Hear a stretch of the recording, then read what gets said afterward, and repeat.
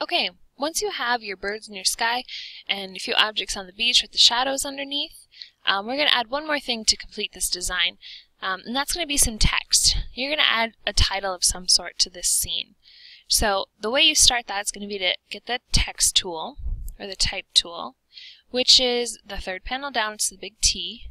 So click on that, and then click where you want to start your text. I think I'm going to put my title in the water here since I don't have too much going on there. So go ahead and click, and then I can just type right away. I think I'll title mine Couple on a Beach. And obviously that's too big and too black right away. So first, to change the color, you need to highlight and then click up here in this color block, set the text color. You can control the color here by sliding. This is to get it lighter, to get it darker, and then picking where specifically you want the color. Another really neat trick about Photoshop is that I could actually, if I wander out here onto the picture, this becomes a little eyedropper. The eyedropper tool can select color from any point in your picture. So if I wanted it to be bright yellow, I could click this, and it will turn that same color of where I clicked for the umbrella. If I want it orange, I can click in there, or purpley orange in the sky, beach ball. Anywhere I click, it's going to become that color, which is a really nice way to bring color harmony to your designs, to take colors from elsewhere in your design. I think I'm going to take this nice golden color from the sky and hit OK. Now right away I'm going to make this 2 rows, I think, so I'm going to hit enter here. Now it's centered, I like that. If I wanted it to the left aligned, or if I wanted it right aligned, I can control that up here. Okay, so I'm going to get my move tool, move it over, and I think I need to move this bird up a little higher in the sky. So I can either find the layer that the bird is on, and then I'm able to move it, or let's say there's just so many layers. It's a quicker way to hit auto select up here. If I check that, then whatever I click on will be selected, and I'll be able to move it. So if I click on the beach ball, I can move it.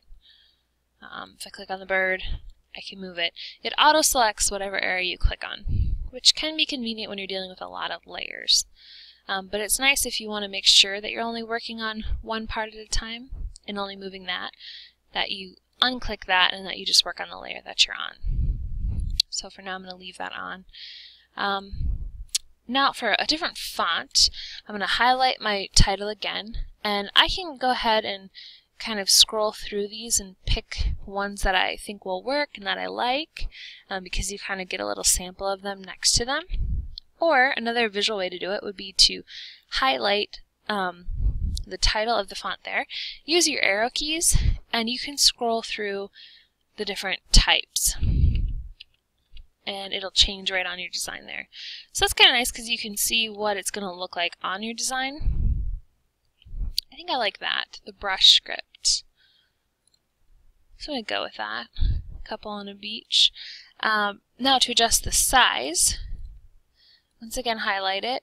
I can go up here and pick a size, a preset size, or I can type in the size I specifically want, like 42 there.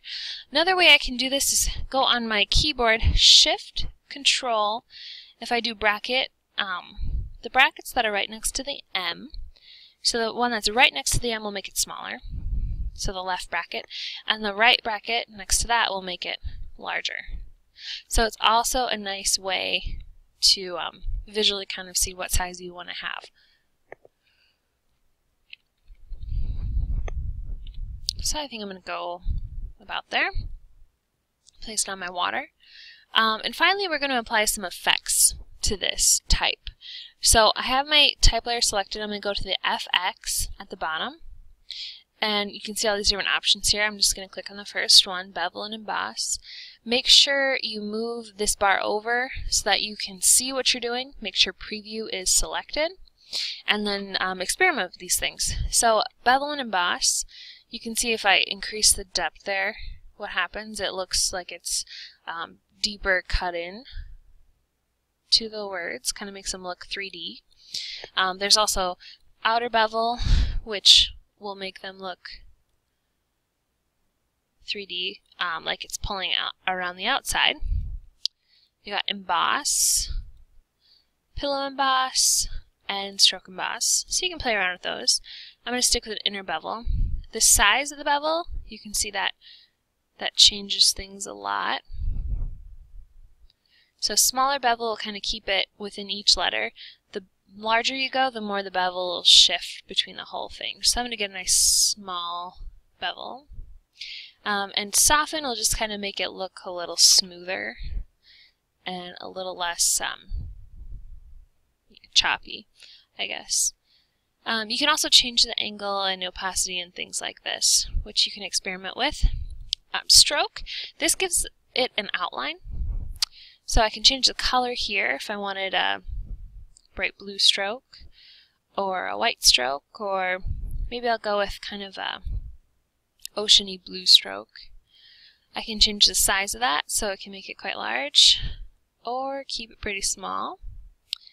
And I can also change the opacity, so this is making it more transparent. Can't see it as much. I'll leave just a little bit of it on there. So you can see how that kind of adds a little more emphasis to your letters. So strokes can help out sometime. Inner shadow. This one, if I change the distance here, you can see what happens. It's shadowing it on the inside, is all that does.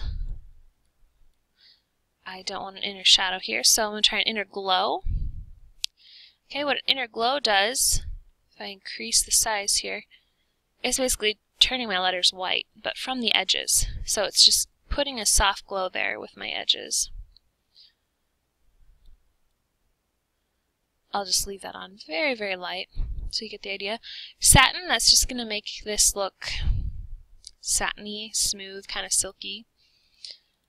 Color overlay, you can completely change the color of the letters that you have picked out. If I wanted it blue or red or whatever, you can see how the colors are changing there. I'm going to uncheck that because I don't want to change my color right now. A gradient overlay. Gradient is where it transitions from either dark to light of the same color or from two different colors or more. But you can see how this transitions from white to black. Okay, I don't want to use that one right now either. Pattern overlay. This will actually put one of these different patterns right over top of it. And you can determine the scale, how big that will look or how small the pattern will look. Outer glow, this is kind of a fun one. You can change the color of your outer glow, whatever you want it to be, and if you increase the size, you can see how it's spreading out. The spread will basically make it thicker.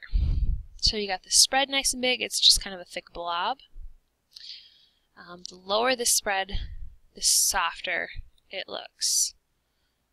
So you can get a big soft effect, small soft effect, anywhere in between with those controls. And the opacity, once again, make it more transparent or less transparent. Noise kind of makes it look grainy, like that. Okay, so I'm going to go with that. Finally, drop shadow. If I increase the distance here, you kind of see that shadow coming out. Then the spread will thicken it up. And the size will once again kind of blur it out and make it larger, just like it did with the outer glow. Okay, you can change the angle. So I like to think of pointing this in whatever direction the light source is coming from. Here the light source is coming from back here, so I'd probably keep that angle about there. But I'm not going to put a shadow on this one right now either. I'm going to uncheck that. So for your effects, when you're adding in your lettering, you need to use at least 3 of these different effects. Experiment with all of them, use at least 3 of them, and try to make it look good. Now in a lot of your designs you're not going to use 3 effects all at once because it might look a little busy. But for this we're just kind of learning how to do these different effects and what happens when we use them. So do use 3 of them, hit OK when you're done. Alright, so now my design is complete. When I'm ready to save this, I need to go File, Save As, go to Computer on the left side here, go to the Hand In folder, High School, Adrian, we're period 6, you are beginning digital imaging, and then you're going to have all of your names here in folders, but you don't want to go into your folder to save it right away. The reason for that is I'm going to check here first and grade whatever's out in this beginning digital imaging folder, and then once I've graded it, I'm going to dump it in your folder. So you'll know once it's dumped in your folder that it has been graded. So title it like this, last name first, so mine would be Adrian, comma first name, Michelle, and then give it a title related to the project. So I'm just going to go COAB, couple on a beach, and that will work for me. Go ahead and hit save. Okay. And then it should be there in my hand-in folder, turned in. So, good luck finishing up your couple on a beach designs. Have some fun playing around with text here, and we'll see you next time.